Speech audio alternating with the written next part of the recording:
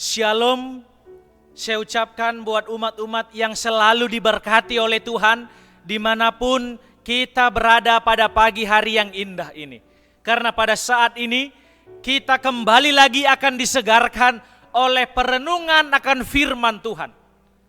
Di mana firman Tuhan ini juga selalu menolong kita untuk lebih menghidupkan kehidupan yang Yesus inginkan di dalam kehidupan kita. Dan pada saat ini, sebelum kita juga mendengarkan akan renungan yang bisa kita renungkan di dalam hati dan pikiran kita, mari kita tunduk kepala, kita satu di dalam doa. Tuhan Allah yang bersemayam di tahta kerajaan sorga, pada saat yang berbahagia ini ya Tuhan, kami umat-umat Tuhan membutuhkan kuasa yang berasal daripada Roh Kudus-Mu, supaya kami bisa mengerti akan pelajaran ini dan juga bisa mengaplikasikannya di dalam kehidupan kami masing-masing. Bantu kami ya Tuhan, dan juga tolonglah hamba-Mu ini yang menyampaikan akan firman Tuhan, agar berkata-kata sesuai dengan firman Tuhan saja. Terima kasih ya Tuhan, ampuni kami orang berdosa. Dalam nama Yesus kami sudah berdoa dan mengucapkan syukur. Amin. Judul perenungan kita pada pagi hari ini ialah dendam, benalu hati yang menghancurkanmu. Ayatnya juga terdapat di dalam Imamat 19, ayat 17 dan ayatnya yang ke-18. Di mana juga bunyinya di sini ialah, janganlah engkau membenci saudaramu di dalam hatimu, tetapi engkau harus berterus terang menegur orang sesamamu, dan janganlah engkau mendatangkan dosa kepada dirimu karena dia. Janganlah engkau menuntut balas, dan janganlah menaruh dendam terhadap orang-orang sebangsamu, melainkan kasihilah, dikatakan, sesamamu manusia seperti dirimu sendiri. Akulah Tuhan. Di mana ayat ini menjadi perenungan kepada kita pada pagi hari ini. Supaya apa? Supaya kita sebagai manusia jangan dikatakan menuntut akan balas. Ketika kita disakiti, ketika kita dijahati, atau diperlakukan tidak baik di dalam kehidupan kita, ataupun tidak adil oleh orang lain, barang tentu sebagai manusia, barang tentu sebagai kita di dalam kehidupan ini, bisa jadi yaitu cenderung untuk melakukan pembalasan, cenderung untuk melakukan sebaliknya kepada orang tersebut. Supaya apa? Supaya mungkin kita mengatakan, apa yang saya rasakan, biar orang itu juga bisa rasakan di dalam kehidupannya. Tetapi itu adalah membalas kejahatan dengan kejahatan. Kita juga ataupun saya diingatkan supaya bisa membalas kejahatan itu dengan apa? Dengan kebaikan. Dan sewaktu-waktu itu juga bisa dilampiaskan. Karena apa?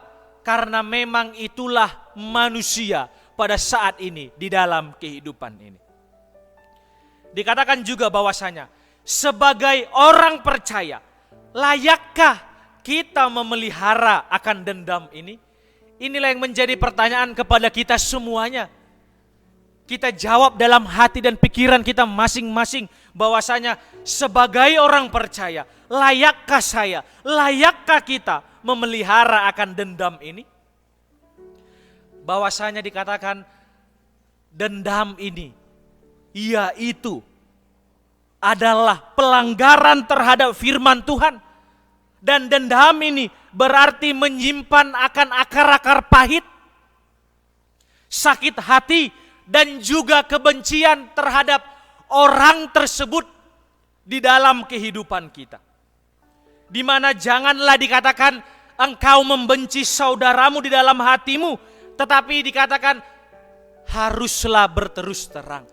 Berarti kita diingatkan kalau mungkin di dalam kehidupan ini kita bisa jadi disakiti, kita bisa jadi dikatakan yang tidak, ataupun lain sebagainya. Dikatakan juga kita harus bisa berterus terang akan hal tersebut. Bahwasanya yang harus kita ingat juga dalam kehidupan kita sebagai manusia, orang yang mendendam di dalam kehidupan ini sudah barang tentu memiliki akan hati yang tidak bersih. Biasanya juga dikatakan pikirannya akan dipenuhi dengan rencana-rencana yang tidak baik ataupun rencana-rencana yang jahat. Semakin di mana kita mendendam, semakin kita dibawa kepada tindakan jahat yang lainnya. Ini juga yaitu seperti mata rantai yang saling terhubung antara perilaku yang buruk yang satu kepada perilaku buruk yang lainnya. Memiliki dendam terhadap orang lain. Dikatakan di perenungan kita ini, yaitu sama artinya belum bisa mengampuni kesalahan akan orang tersebut. Dan Alkitab juga menegaskan bahwa jika kita tidak mau mengampuni akan orang lain, maka dikatakan Bapa kita di sorga juga tidak akan mengampuni kesalahan kita. Karena apa? Karena Allah kita adalah kasih. Berarti kita harus bisa mengikuti akan kasih yang Allah berikan dalam kehidupan kita. Artinya dendam hanya akan menghalangi hubungan kita dengan Tuhan. Dan juga bisa jadi ini menghalangi akan doa-doa kita di dalam kehidupan kita.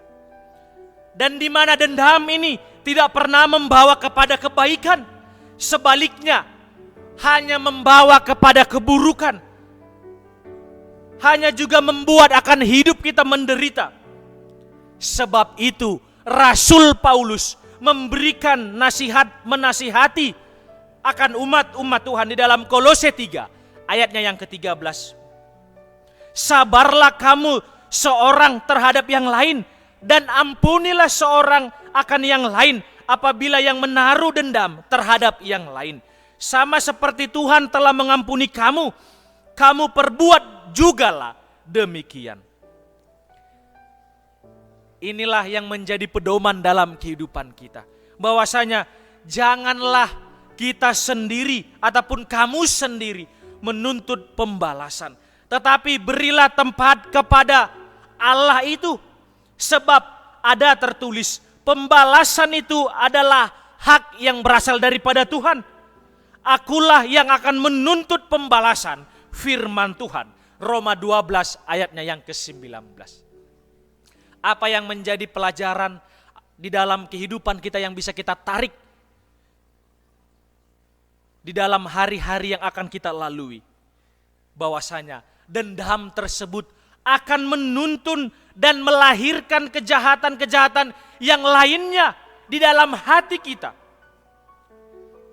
Dan cara yang terbaik dalam kehidupan kita yaitu salah satunya untuk melepaskan itu semuanya. Salah satu cara terbaik untuk bisa membebaskan aura negatif dalam diri adalah dengan tidak menyimpan dendam di dalam akan hati kita masing-masing.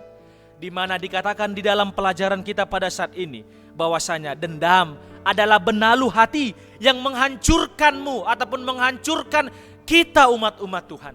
Biarlah kita di dalam kehidupan kita melihat bahwasanya bisa mengampuni akan orang lain sama seperti Bapa telah mengampuni kita. Ini bisa kita buat kalau kita berserah sepenuhnya hanya ke dalam tangan pengasihan Tuhan saja. Kiranya Tuhan Yesus memberkati kita semuanya umat-umat Tuhan. Inilah doa dan harapan kita semuanya. Amin.